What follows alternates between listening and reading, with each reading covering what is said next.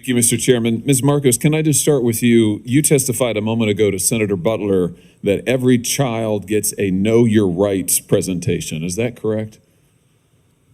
That is correct. Is that before or after you release them to labor traffickers?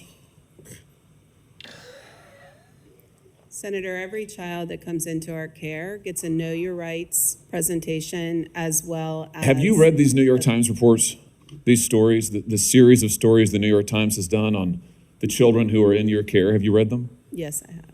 Have you read that children are scrubbing dishes, they are operating heavy machinery, they are delivering meals, they are harvesting coffee, they are working construction, they are working as housekeepers, they are working overnight shifts at plants where they are not paid, they are not going to school, they are not cared for, they are not giving meals, almost all of it illegally. Are you aware of that? That's a yes or no. Yes. They are not cared for, they are not giving meals, almost all of it illegally. Are you aware of that? That's a yes or no. Yes. Yes. Do the Know Your Rights presentation help them in those situations? Senator ORR. That's a yes or no, I think. Do you really think that you're helping these children by releasing them to labor traffickers and, yes, sex traffickers? 85,000 children whom you have no contact with, and your answer is we gave them a presentation before we turned them over to these people who are exploiting them on a scale not seen in this country for 100 years, a century. A century. It's a disgrace in the United States of America. Let me ask you this. You did an audit, I noticed, where you gave yourself a clean bill of health. So just tell me this. Do you require sponsors to document their... Oh, of course. Just give ourselves an A, a nice little pat on the old backaroo there. A pat there, little pat there, maybe a little double pat on the shoulders for the work that you're doing, losing 85,000 children, probably more than that. Sex traffickers, who cares? They're not your kids or somebody else's. They're kids that are coming here, over the border. Nobody cares. We don't care about them. What are we doing? Their relationship with the child. Senator, we have a thorough vetting process. Do you require sponsors to document their relationship with the child? Yes, we go through... No, you don't. You do not. Have you read the Senate's Permanent Subcommittee on Investigations reports on your office? There was one in 2016, there was one in 2018, there was one in 2020, there was one in 2022, spanning administrations. What they found is you do not require sponsors to document their relationship with the child. You release them anyway. What about background checks? Do you require background checks on all adults in the household? You should. In cases where the child is being released to their parents, we do not require background checks. But Senator, How do you know if they're their parents? They could be, you know what's happening with the coyotes? Not every child is paired off with their parents. Some of these children have been separated from their parents. Some of these have been kidnapped. And then what are they doing? They're coming to this country. They're working in these factories and trying to pay off their coyotes so they can bring their other family members over. And the whole vicious cycle just continues over and over again. This is ridiculous. This lady has absolutely no freaking clue. But then she's working under orders from the Biden administration and from Xavier Becerra, whatever the heck his name is, who's the secretary of the HHS. Do you require background checks on all adults in the household in any case? Yes, in some cases we do. What percentage of cases do you do background checks on the adults in the household? I don't have that number in front of me. Do you do home visits in all cases? You can actually see where these children are being released, whose care you're putting them in? We do not do home visits in all cases. Senator, I'd really like the opportunity to talk about what we are doing. I know what you're doing, and it's incredibly and totally inadequate. And we can read about it in the New York Times. Since you say you've read it, it's criminal. That's what it is. It's freaking criminal. Here's a quote from the April 17th installment. Again and again, veteran government staffers and outside contractors told HHS, including reports that reached the secretary, that children appeared to be at risk. Did you warn the secretary that children were at risk? Oh, don't you just love the way that they put that out?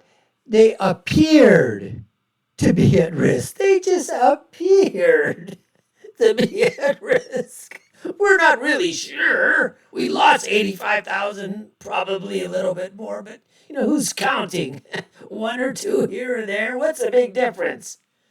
It appears that there's a problem. It appears they might be in danger. Senator, I'm in regular contact with the secretary. And Did you warn him that children were at risk? Safety and well-being of children is our top priority. Did you warn him that children were at risk? It's not your top priority, okay, you dingbat? It's not your freaking top priority. And he keeps asking you, okay, did you warn him? Are you going to answer yes or no? Or are you going to just continue to what? Obfuscate. It's a simple question. Yes, I warned the secretary. No, I didn't. I was just basically CYA. That's probably what you were doing, covering your derriere.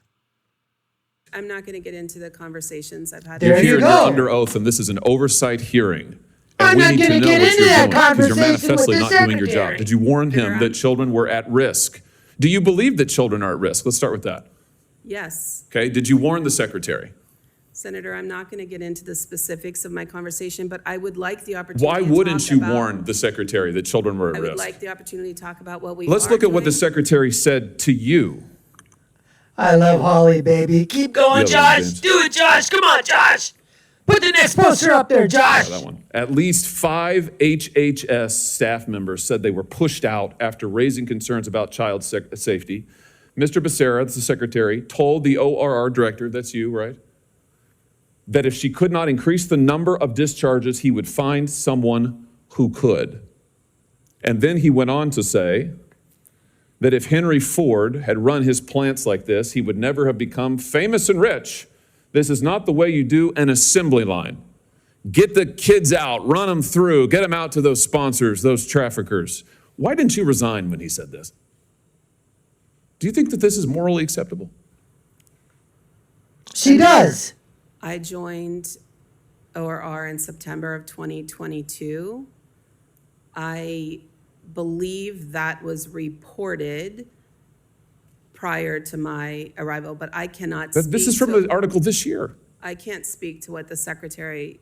Do you think that this Ma'am, is sir. acceptable to run ORR like an assembly line and to release these children I to can assure traffickers? you we do not run ORR. Yes, like an you do. assembly Everything line. says to the Safety and contrary. well-being of children is our top concern, and by